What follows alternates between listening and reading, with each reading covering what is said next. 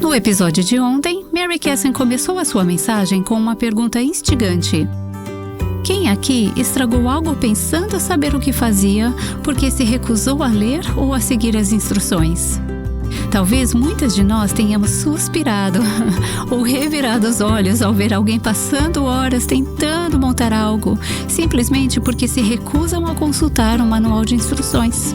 Ou quem sabe, quando os vemos dando voltas e voltas, sem querer parar a fim de perguntar o caminho. Pensamos, que tolice! Não seria mais fácil olhar o manual ou pedir informações? Mas, não é verdade que também caímos nesse mesmo erro ao tomarmos decisões sem consultar o Senhor? Ou a não basearmos nossa identidade e forma de viver no manual de instruções do Criador?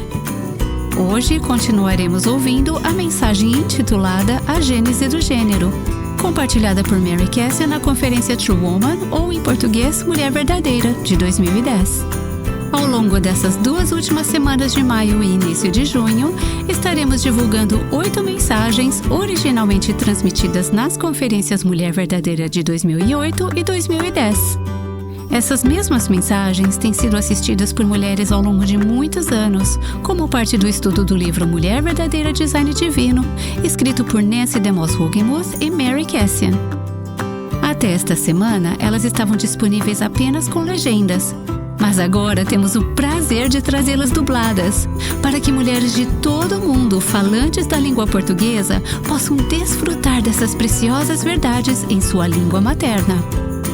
Gostaríamos de fazer uma menção especial à nossa ouvinte Ana Paula Brito, que em março comentou em nosso canal do YouTube o seguinte: orando para o Aviva traduzir em voz os vídeos do Estudo 1 Mulher, Sua Verdadeira Feminilidade e Design Divino. Querida, o Senhor já havia atendido a sua oração antes mesmo de você fazê-la.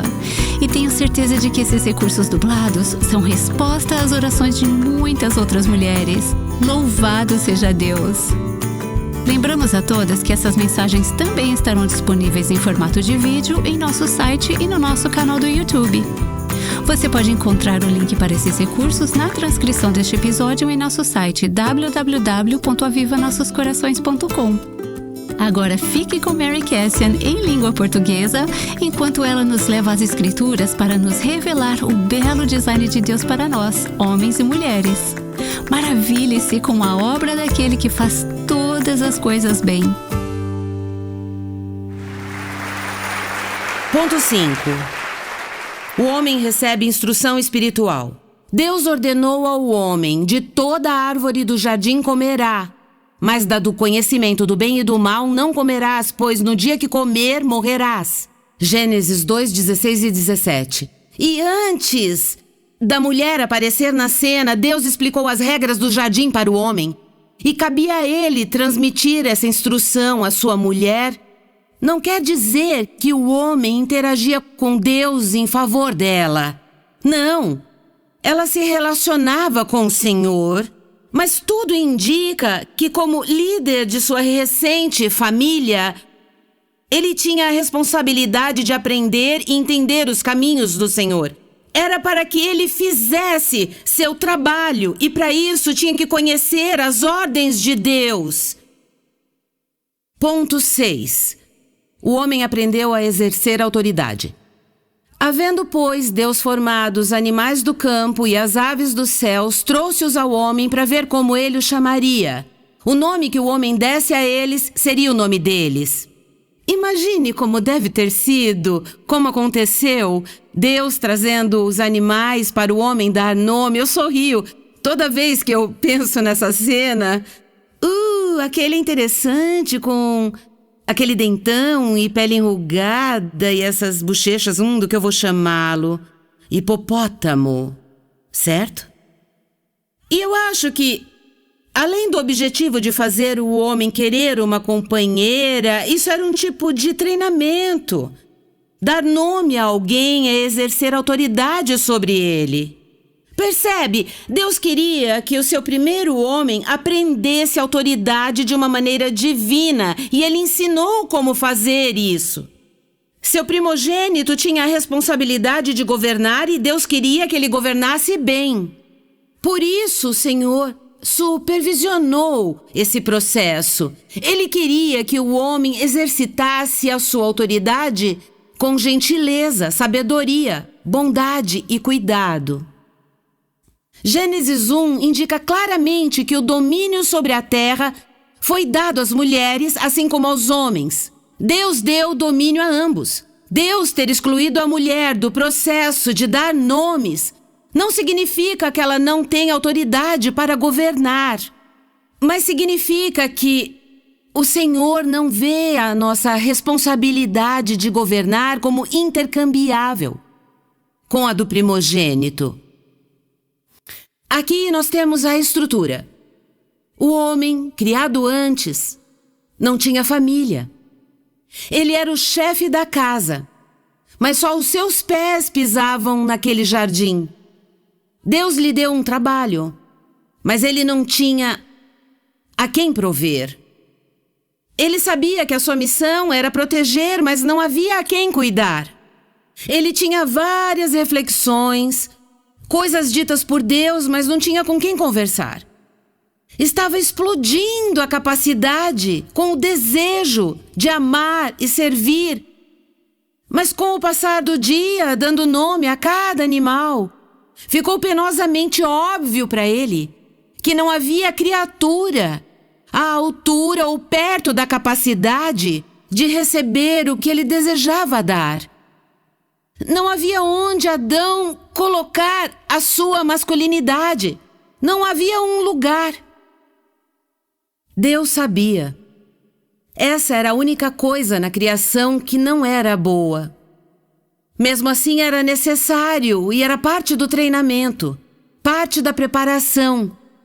Deus queria que o homem vislumbrasse a importância do seu último e mais espetacular trabalho. Ele queria que o homem sentisse muita falta para amar uma alma gêmea tanto e com tal paixão que ele estivesse disposto a pagar o preço para ganhar sua noiva.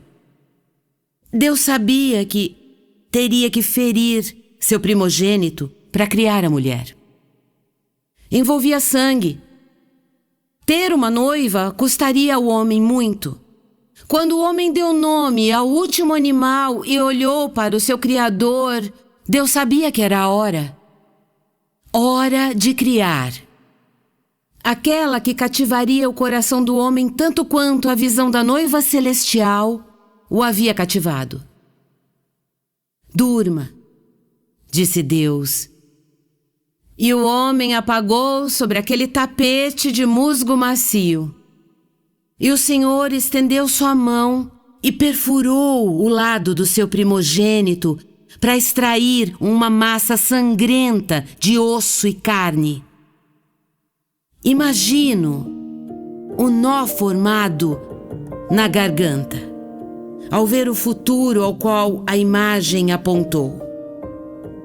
Imagino que passou pela mente de Deus enquanto ele moldava e com cuidado esculpia cada curva.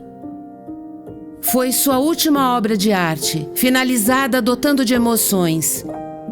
E quando termina, se afasta para olhar. Acho que ele viu no corpo que tinha acabado de formar a eternidade futura da sua noiva. E ficou sem ar. Uau! Uau! Percebe o simbolismo? Sente o poder dessa história de amor? Pode vê-la, senti-la? Quem somos como homem e mulher conta uma história. A do amor de Deus. Esse é o foco. Não somos nós. 7º ponto. Vamos olhar agora para a criação da mulher. 6 pontos sobre a criação do homem e outros 6 sobre a criação da mulher. A mulher foi criada do homem. Deus fez cair um pesado sono sobre o homem, tomou uma de suas costelas e fechou o lugar com carne. E da costela que Deus tinha tomado do homem fez a mulher. Hoje em dia, Lembrar de onde você veio é algo comum, não desprezamos nossas raízes. Diga ao meu filho, que é jogador profissional de hóquei e ele é bem alto, lembre-se de onde veio. Certo? Não se esqueça. Não deixe subir a cabeça. Se afaste do orgulho e não se sinta importante demais. Nós sabemos que não é apropriado menosprezar o lugar de onde viemos, todos sabem disso. Sabemos que nós devemos honrar e respeitar nossas origens. Essa mesma ideia está presente na criação da mulher, porque a mulher foi criada do homem. Seria adequado que ela tivesse uma atitude de respeito com relação ao primogênito. No Novo Testamento, vemos que ela ter sido criada dele, e não o contrário, é a base para a esposa honrar a autoridade do marido. Ponto 8. A mulher foi feita para o homem. Gênesis capítulo 2 diz que a mulher foi criada para ele, isto é, por causa dele. 1 Coríntios 11:9 reforça que não foi o homem que foi criado para a mulher é que foi criada para o homem. Para a maioria, a mulher sendo criada para o homem soa mal, porque parece que ele tem licença para usar e abusar dela. Mas não é essa a interpretação correta. A preposição para denota direção. Foi criada para. Quer dizer, em direção a algo ou a alguém. Para ele. Foi criada por causa dele. A existência dele levou a dela, não foi o contrário. Nossa reação ruim à ideia de sermos criadas para o homem só ressalta o quanto nos afastamos da origem da nossa criação. Quando a primeira noiva foi mostrada ao marido, ela foi invadida pela alegria por ter sido criada para ele. Eu me lembro da expressão da minha nora quando ela entrou na igreja a fim de se casar com o meu filho. Eu fui criada para esse cara. E foi maravilhoso para esse momento. Há outro ponto importante aqui. Ser criado para alguém indica que Deus criou a mulher para ser uma criatura relacional. Se baseia menos no trabalho do que quanto ela se conecta aos relacionamentos. Foi feita para a relação. Tem um lugar afável no coração que ela quer que alguém preencha. Nona diferença. A mulher foi criada para ajudar o homem. Ser sua ajudadora. Ajudador é outra palavra que pede explicação. Eu acho que precisamos nos perguntar: a mulher foi criada para ajudar o homem a fazer o quê? Não foi para preencher suas necessidades egoístas ou a agenda. O que é para ela ajudá-lo torna-se claro quando pensamos no que Deus queria que eles fizessem. Há uma pista na frase feita para ele. Ela era adequada para ele. Isso significa como o oposto dele. É como olhar no espelho. É uma palavra complementar. Ela não é como ele, mas o oposto dele. Uma ajudadora para que cumpra o seu propósito. E qual é ele? Glorificar a Deus.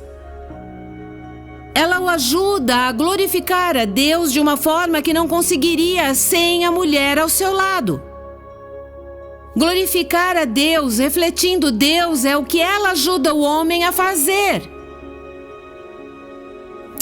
Ponto 10. A mulher se submete ao homem. Trouxe a mulher para o homem que disse: será chamada mulher, pois dele foi formada. Eu acho que Adão e Eva sabiam como se portar. Ele sabia se portar como homem e ela como mulher. Quando Deus a trouxe para que ele desse um nome, ela não disse: um minutinho aí, cara. Quer me dar um nome? Eu vou escolher meu nome. Talvez escolha um para você. Ela não fez isso, não ocorreu assim. Ambos agiram de acordo com a natureza dada por Deus. Ele iniciou, ela respondeu, ela ficou feliz em fazer isso. Assim eles se relacionavam. Ponto 11. Mulher, a perfeita equivalência do homem. Quando Adão olhou para a mulher, ele irrompeu num exuberante e espontâneo poema. Esta, afinal, é osso dos meus ossos e carne da minha carne. Será chamada mulher, Isha, pois foi tirada do homem, Ish. Adão se chamou Ish e a mulher Isha. Isso parece ser um jogo de palavras muito inteligente e profundo. Os sons delas em hebraico são parecidos. O nome feminino ganhou um sufixo, mas as duas palavras se complementam no grego. Ish tem um significado de força. Adão disse, sou a força. E Isha significa delicadeza. Sou forte e ela delicada. Uau! Uau! Ela pode receber. Fui destinado, fui criado para dar. Fica claro ao vermos o significado bíblico da força do homem. A raiz hebraica é associada com sabedoria, força e vitalidade de um bravo guerreiro. Carrega a ideia de um campeão que defende o seu povo ao lutar para protegê-los. Força também se refere à masculinidade de um homem, à sua virilidade. A correspondência da mulher é fertilidade, a capacidade única de nutrir e produzir vida. Ele é forte, regido pela gentileza, ela delicada, regida pela força. Os corpos do homem e da mulher refletem essa ideia de complementariedade.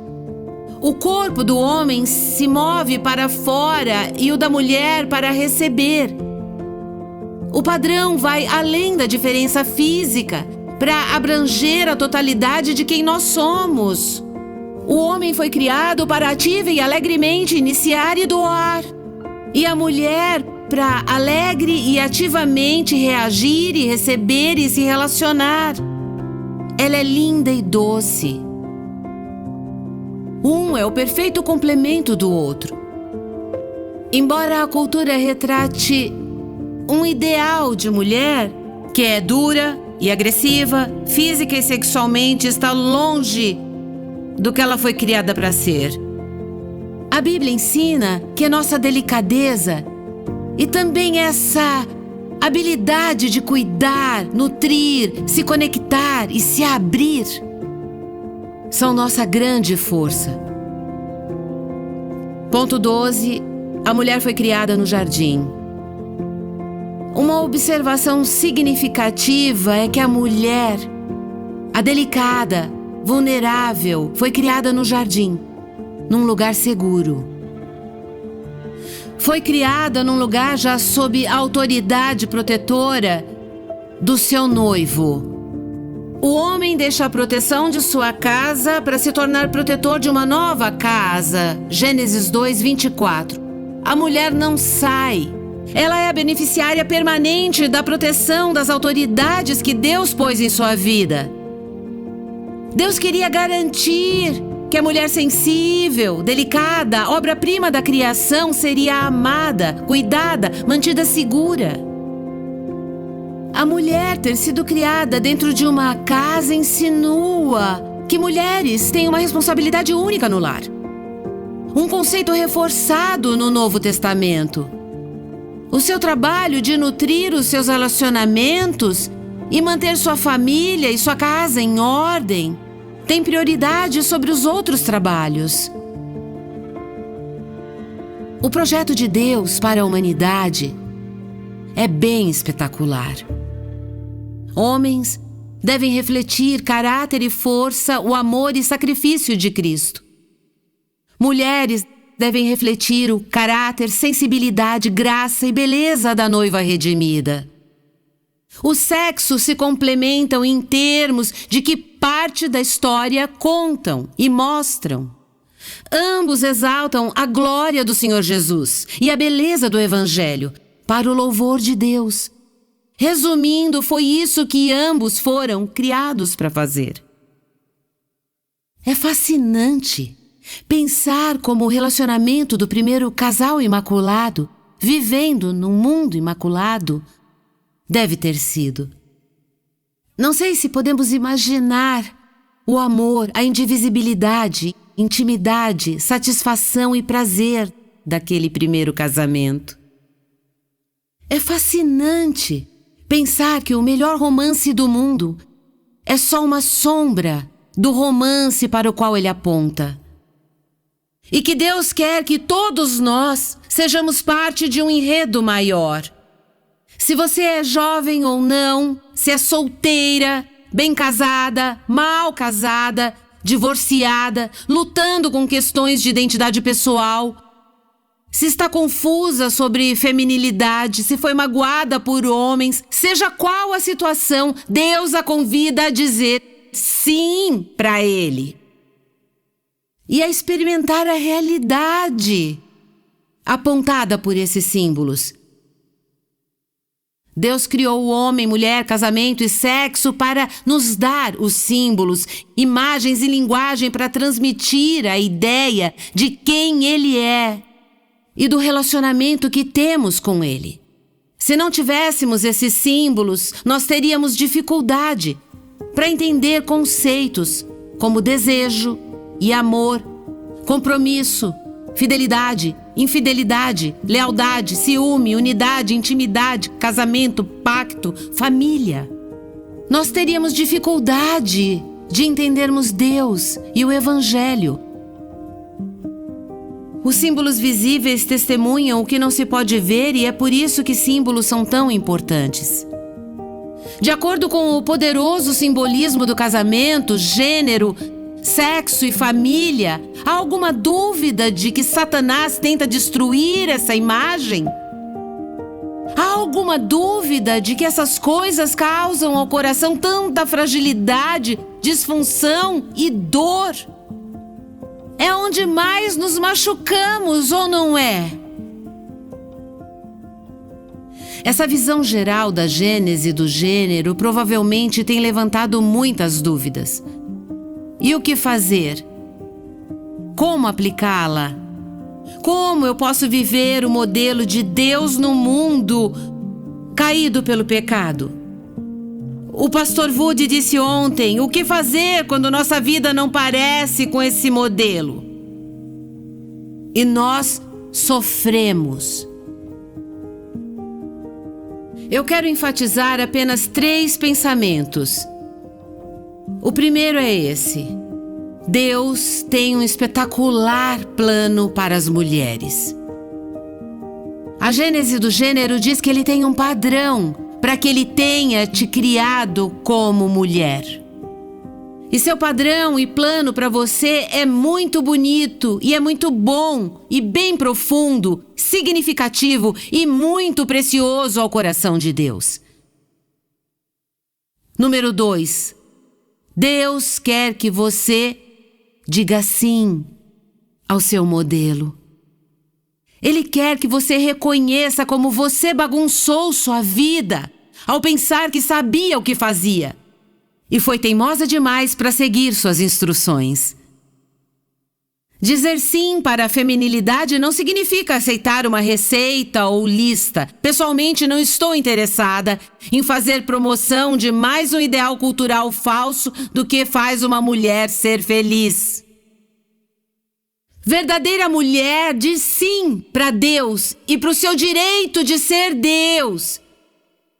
Sou verdadeira mulher quando reconheço que não sou eu, mas meu Criador quem tem a melhor percepção de quem eu sou e como devo viver. Ponto 3. Deus fará um trabalho de restauração. Há 1 ano, após um extenso projeto de restauração, uma das maiores obras-primas da Renascença italiana foi restaurada ao seu esplendor original e retornou ao seu lar numa renomada galeria em Florença. A Madonna del Cardellino foi pintada por Rafael em 1505 para um amigo, um comerciante de Florença. Ele mostra a mãe de Jesus, Maria, com 2 crianças brincando com um pássaro, As crianças simbolizam João Batista e seu primo Jesus, e o canário, que se alimenta de espinhos, representa o sofrimento da paixão de Cristo. Mas algo aconteceu com esse quadro. Foi pintado em 1505. 40 anos depois, aconteceu um terremoto na casa onde o quadro estava. E a pintura se partiu em 17 diferentes pedaços. A madeira foi despedaçada. Um outro pintor usou pregos para tentar reunir os fragmentos e juntar as peças. E ele pintou por cima para esconder as fissuras, para esconder o estrago. Mas ao longo dos anos foram feitas tantas demãos de tinta, com tanta poeira e sujeira sobre o quadro, que as cores originais, a arte original ficou obscurecida. O projeto moderno de restauração colou partes quebradas, removeu camadas de tinta até chegar nas cores originais. Foi um trabalho de equipe de 50 pessoas e 10 anos de trabalho nesse quadro. E ficou esplêndido. As fissuras sumiram, séculos de sujeira marrom desapareceram, vernizes desbotados e remendos foram removidos, e o produto final brilha nas suas cores originais, vermelhos, azuis, dourados, da arte original. Dado ao péssimo estrago, a restauração do quadro de Rafael é ainda mais incrível que a pintura em si. A original era esplêndida, mas o milagre da restauração exalta a beleza. Ao conhecer essa história, você fica maravilhada. Os paralelos espirituais são profundos, ou não são? São profundos. Falam de uma obra-prima de restauração muito maior, a que Deus quer fazer na sua vida e na minha. Tragicamente, o modelo pelo qual Deus nos criou tem sido devastado pelo pecado. Camadas de sujeira têm se acumulado. Talvez assim tem sua vida. Tentou maquiar os estragos, mas não deu. E os remendos, os vernizes que aplicou, só deixaram pior. Surgiram fissuras. Talvez tenha experimentado terremotos que te despedaçaram. Mas as boas novas do Evangelho é que Jesus tem o poder para tornar todas as coisas novas. Estão prontas para dizer sim? Estão prontas para dizer sim a Ele? Talvez isso seja doloroso para você. Feminilidade não tem sido uma boa experiência. Para você, tem doído. Mas Deus quer que você diga sim. Ele tem um espetacular modelo de feminilidade. Ele quer que diga sim para o seu modelo. Ele quer fazer um incrível projeto de restauração na sua vida. Vamos tomar alguns minutos agora para meditarmos. Fechem suas Bíblias. Peguem os seus sim, Senhor, lenços. Minha avó me fazia lenços. Eu perguntava, por que faz de tecido e não de papel? Por que precisa disso? Deus tem um modelo incrível para a feminilidade. Ele quer que diga sim para o seu modelo. E Ele fará uma restauração na sua vida. Quero que você indique visivelmente se concorda e diga sim, Senhor. Diga sim, Senhor. Senhor, eu creio que tens um modelo esplêndido que criou para mim como mulher. Sim, Senhor.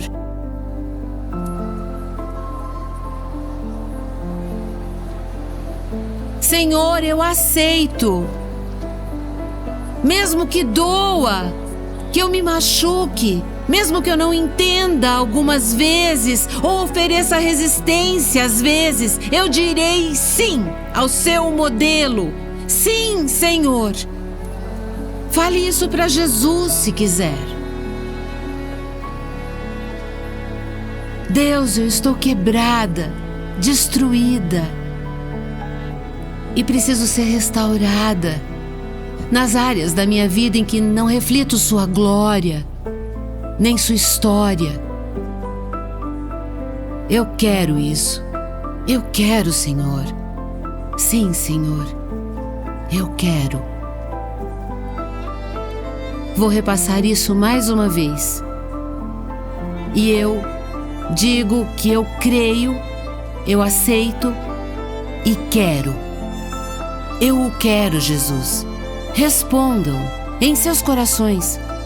Talvez vocês não queiram balançar seus lenços. Tudo bem. O importante é fazer de coração, certo? É íntimo no coração que Deus quer que você diga sim. Deus tem um modelo incrível para a sua feminilidade. Você crê nisso? Você crê? Sim, Senhor. Ele quer que você diga sim ao seu modelo. Você vai dizer? Ele fará uma restauração na sua vida. Você deseja isso? Sim, Senhor. Levante, eu vou orar por você. Uau, o terceiro ponto é tão encorajador, não é mesmo? Deus fará um trabalho de restauração. Não importa o tamanho do estrago que o pecado tenha feito em sua vida, seja o seu próprio pecado ou o pecado de outras pessoas. O sangue de Jesus é mais do que poderoso para nos purificar e nos restaurar. Creia nisso e diga sim, Senhor. A obra que o Criador deseja fazer em sua vida, minha amada. Se você deseja se aprofundar nessas verdades, recomendamos fortemente que você entre em nosso site avivanossoscorações.com para saber como adquirir os livros Mulher Verdadeira Design Divino e Mulher Verdadeira Design Interior. É só entrar em nossa página e procurar pela aba Mulher Verdadeira. Lá você também encontrará informações sobre como organizar e conduzir pequenos grupos de estudo e poderá assistir a mensagem de hoje completa em formato de vídeo, assim como as outras mensagens. O Aviva Nossos Corações também disponibiliza outros recursos que pode abençoá-la em sua jornada para se tornar a mulher que Deus te criou para ser. Na aba Livros Livretos, você encontrará livretos como o Retrato Bíblico da Feminilidade, um devocional que vai ajudá-la a se aprofundar nas verdades bíblicas acerca da feminilidade e te dar uma imagem cristalina do plano de Deus para você, seja solteira ou casada. Os nossos livretos podem ser adquiridos por valores bastante acessíveis ou, caso você opte por uma cópia digital, por uma doação de qualquer valor. Não perca essa oportunidade. Nossa oração é que, ao utilizar esses recursos, seu coração seja tocado pela beleza e grandeza de Deus e que você abrace com fé o plano maravilhoso que Ele tem para a sua vida, para a glória dEle. Há tantas vozes que nos dizem quem devemos ser e o que devemos fazer, não é verdade? Há tantas vozes que tentam definir o que significa ser mulher. Mas quem o nosso Criador diz que somos? É essa pergunta que Nancy DeMoss Wogemuth vai responder na mensagem de amanhã, compartilhada pela primeira vez na Conferência Mulher Verdadeira de 2010, intitulada O que é uma mulher verdadeira? Encorajamos você a ler e meditar na passagem de Tito 2, de 1 a 5, como forma de se preparar para ouvir o que Nancy tem a nos ensinar. Aguardamos você! O Aviva Nossos Corações é um ministério em língua portuguesa do Revive Our Hearts com Nancy DeMoss Wogemuth, chamando as mulheres à liberdade, à plenitude e à abundância em Cristo.